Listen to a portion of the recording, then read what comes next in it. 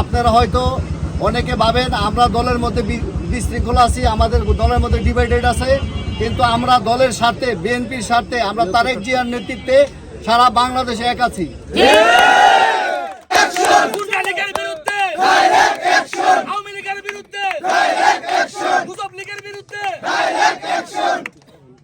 বিসমিল্লাহির রহমানির রহিম।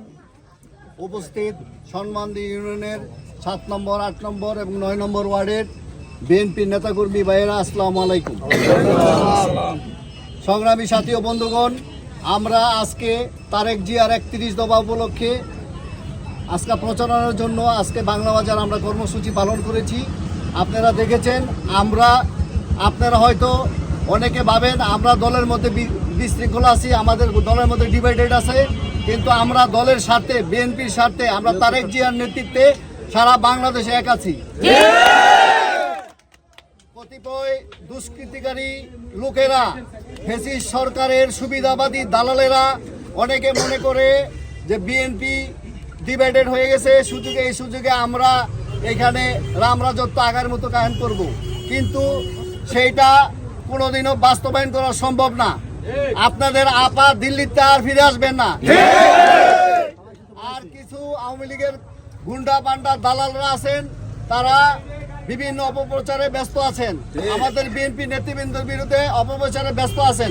সেটা ভবিষ্যতে আর করবেন না, আমি এটা স্পষ্টভাবে বলে দিচ্ছি। কারোর সাথে কারো ব্যক্তিগতভাবে ঝগড়া হইতে পারে, সেটা ঢালাওভাবে বিএনপির নামে প্রচার করবেন, সেটা আমরা বিএনপি জনগণ এটা মেনে নেবে না। আগামী ভবিষ্যতে কেউ কোনো ধরনের এই ধরনের সাহস করার চেষ্টা করবেন না, সংগঠিত হওয়ার চেষ্টা করবেন না। আমাদের কানে খবর আছে কে কি করেন না করেন। আমরা কিন্তু বিগত দিনে, বিগত 16-17 বছর আমাদের উপরে, আমাদের নেতাকর্মীর বিরুদ্ধে আপনারা যেই ধরনের অত্যাচার নির্যাতন চালিয়েছেন, আমরা কিন্তু গত 1 বছরে আপনাদের কিছুই বলিনি। আমরা শান্তিপ্রিয় জনগণ, আমরা বিএনপি শান্তিপ্রিয় ভাবে এই এলাকায় বসবাস করতে চাই, আমরা সবাই মিলেমিশে থাকতে চাই।